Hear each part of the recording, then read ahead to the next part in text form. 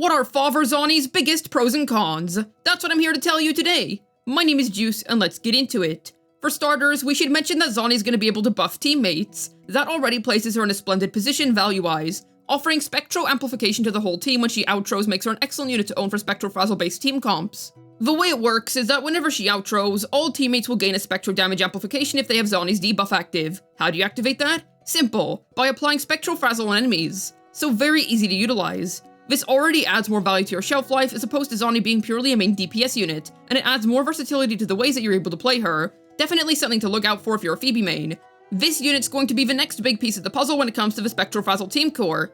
Based on the gameplay footage that Crow has revealed to us so far, we can also infer that Zani may have some solid AOE potential. This means that she's going to be a nice unit to select to take care of Whimpering Wastes. Which is nice when you consider that Phoebe feels fairly clunky in that game mode. This means she'll feel more comfy to use in a wider variety of situations. This also helps round out your account more if you've mostly been relying on single target based damage dealers, such as the esteemed Montelli Lady Carlotta, so you'll be prepared to take on more scenarios on the whole. And because of the adaptable nature of Spectral Frazzle teams, thanks to how Phoebe can take on either DPS mode or sub-DPS mode, that makes the team core even more versatile. Plus, we can infer from what we have officially seen that Zani may indeed feature some solid multi-wave potential. She appears to do lots of enhanced heavy attacks as a major part of her kick gameplay, which she would prefer to use throughout her entire rotation. This naturally lends her to being very solid in multi-wave. That only further contributes to her high potential in Whimpering Wastes. It makes her a more comfortable unit to use on the whole. You would want to use Confession State Phoebe so that she could apply Frazzle from off-field in order for Zani to take full advantage of her multi-wave capabilities. And with Shikona coming out, who's able to apply Frazzle in multi-wave, her case is only helped further here.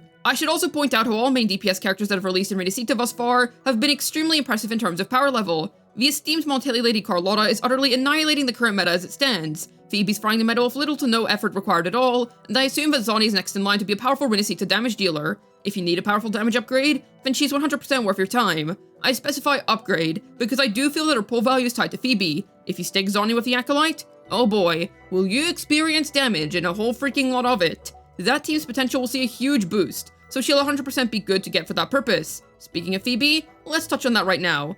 I think one of the most obvious pros in regards to Zani is the fact that she's going to be an absolutely killer Phoebe teammate. It's not hard to see. Those two are a match made in the Imperator ordained heaven when it comes to team building. They're both two sides of the same coin, premier Spectral Frazzle units, and because of how negative status teams enjoy being structured, with them typically featuring a consumer or DPS in front and an applicant in the second or third slot, they are naturally most likely going to see excellent synergy with one another. So if you pulled for Phoebe back in 2.1, buckle up, because you're in for quite the pleasant ride. For starters, you're able to use Phoebe support mode at long last. Before, this was not really an option for you. There were quite literally no characters in this entire game that wanted to use Confession mode Phoebe before, because we didn't have any units that could consume Spectral Frazzle. Well, with Zani coming out soon now, that's changed. She'll become the most effective user, or quite frankly, the only user of support mode Phoebe. This retroactively increases the Acolyte's value as a character too, because now, her entire kit's value is able to be realized fully, so the entire Spectral Frazzle archetype is seeing a big win value-wise here. Then you have DPS mode Phoebe, that'll also be seeing a rise in value. Zani's able to buff Spectral Frazzle when Frazzle is applied by any teammate, so that's already of benefit to her. I will say that Zani's entire kit is on field. However, before you brush this off as something that you can do, remember that units such as Jojo at their core are also just unit that does damage and buffs on outro. That's not an entirely foreign concept. Obviously Zani is intended to be used as more of a main DPS, but this supportive playstyle where you take advantage of her buffing capabilities to improve Phoebe's personal damage is highly viable as well. Dare I say, could it even be better, but we'll touch on that a little more later. The versatility of gameplay between these two allows you to pick and choose how you want to play which character in any given situation. Not only is that extremely practical in a meta value sense, but that's also just simply plain fun, man. You'll have a whole lot of fun with all this. It's very likely that thanks to Shikona having some synergy with Spectral Frazzle teams, the new premium team for Frazzle is going to end up being Phoebe, Zani, and Shikona. So whether you're the Acolyte's #1 fan, or if you're somebody that pulled her in the hopes that future Frazzle units would really need her, then congratulations. Wise decision on your end. Because to say that Zani utilizes his church lady well would be an understatement of the highest order. Then, as splendid as our goat banker lady may be, we 100% have to discuss her comms. You see, one major flaw that this unit hosts is how she's tied to another 5-star. Yes, sadly, her amazing synergy with Phoebe does unfortunately have a darker side to it, if you will. This is the first time that this has really happened in Wuthering Waves. Sure, Carlotta really wants Jojo, but using Yang Yang or Sanhua will still have you clearing perfectly fine. All other limited 5-star units are either fine with being paired alongside 4-star units, while having 5 stars as upgrades to their performances. Shoot, in some cases, such as Camellia and Roshia, the support 5-star isn't even all that needed. Whereas with Zani, you see, you're gonna have to use Spectre Rover, and you may be thinking, But Juice, Phoebe uses him too, and that's fine, so what's the problem? Well, here's the kicker. I think Spectral Rover feels bad to use in Phoebe teams too. You see, now that we're getting more pieces of the Spectral Frazzle puzzle completed in front of us, it's going to be abundantly clear how much better of a premium team plays over the free-to-play one. Zani's really gonna want Phoebe to support her damage output, unfortunately. It's not gonna be like Phoebe, who was designed with only having Spectral Rover on launch in mind. Remember that Confession State Phoebe is a buffer as well as someone who offers application support, and Zani's damage counts as Spectral Frazzle damage. So sadly, by the current looks of things, this unit is gonna feel severely gimped without the Acolyte by your side. Chances are that you'll be able to get by using Zani, Rover, Shakona, but the results will be less effective. I do hope this doesn't become a mainstay in Wuthering Waves, as so far, the game's done a great job at making no limited 5-star reliant on another. Don't get me wrong, you'll 100% still clear the TOA just fine using a cost-effective Zani team, but you can most likely expect the performance to be far worse. Right, now this con isn't exactly going to be a deal breaker for everyone, but I 100% still feel the need to point it out, because it does look like a worrisome quality to me.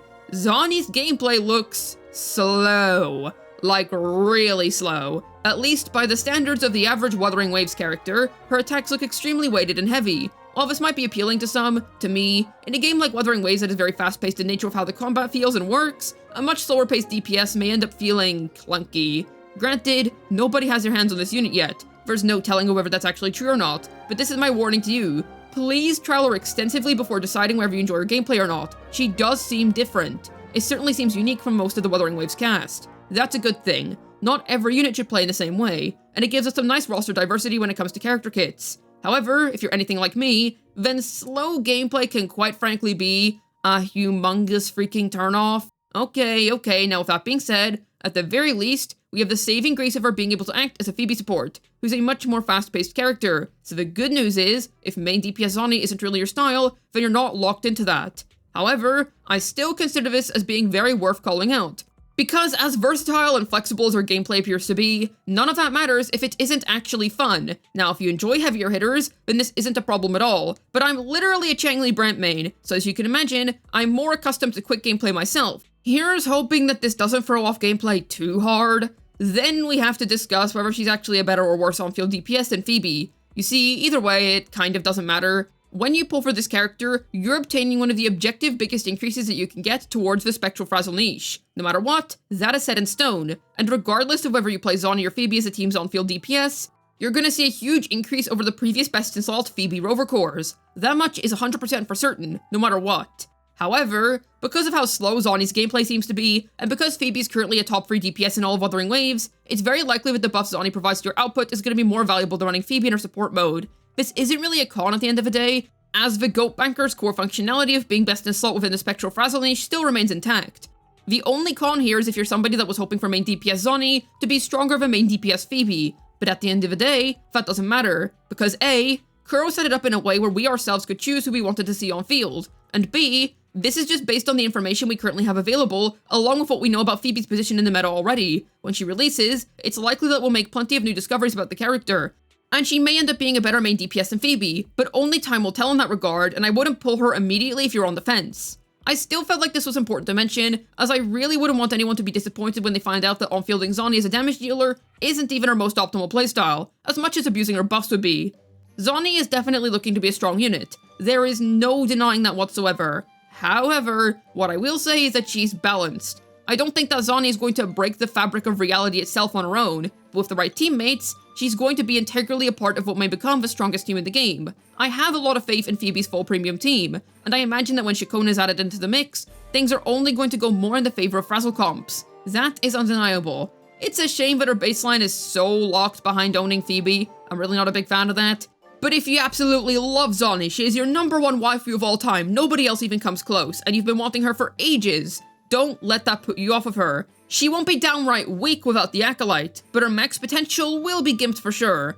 I'd pick her up for Zani on her next banner if you can, but otherwise, I think she'll be a great addition to the meta, while also being a very strong meta character on the whole, thanks to being a best-in-slot mainstay in a top 3 DPS's teams. I also personally think it's actually fine that she doesn't completely power creep Phoebe and blow her out of the water, because I just think that sets a pretty good precedent. It's nice if characters are still below a certain ceiling, and it just prevents power creep from moving too quickly. I know absolutely nothing about game design or what goes into good game design, but personally, to me, as an outsider, this does look like pretty good game design. Yeah, what do you think about Zani? Will you pay your taxes to appease the bank woman, or is it evasion all the way? Let me know down below. I'd love to hear your thoughts. As always, I have a ZZZ second channel. Head on over and subscribe if you're interested in some fun, silly ZZZ content. I'd also like to mention that I stream on Twitch. I stream once a week every week on Saturdays, starting from 3 PM UK time. Come along so we can play Wuthering Waves, ZZZ, and do some other fun stuff together. Hopefully this video was able to tell you Zani's biggest pros and cons. This has been Juice, signing out, and I guess you could say that Zani's really goated.